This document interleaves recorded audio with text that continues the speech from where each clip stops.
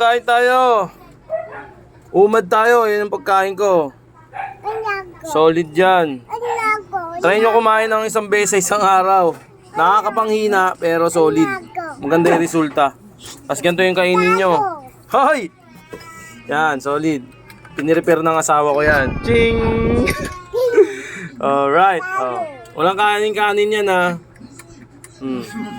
Solid. Itlog, pipino, karne na niluto sa sariling mantika. Soto na. Ayan, pinigayan sa sariling mantika. Solid yan. Ito nyo? Ba sobrang solid talaga. Ito, napaka-bisa na ito, pipino. Itlog, napaka-bisa rin yan. Yung karne, huwag kayong matatakot ng kakain kayo ng taba. Okay lang yan. Basta one day meal kayo, OMAD kung tawagin. Huwag kayong matatakot.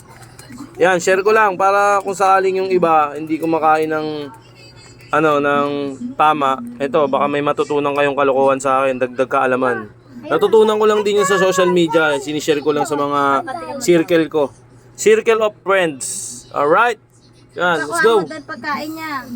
One meal. Ewan ko, sa una, parang magkakasakit kayo, parang hindi nyo kakayanin. Pero pag nakasurvive kayo ng 1 week, kaya na, sanay na ng katawan. Tubig-tubig lang. Mineral, tawag dito?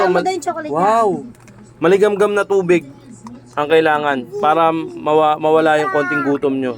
Tapos gagawin nyo, para hindi talaga kayo gutumin,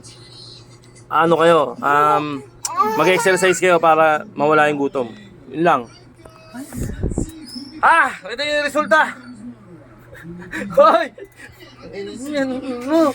Ay! So, inaano ko na. Ay! Joke lang pa. Joke lang. Alright.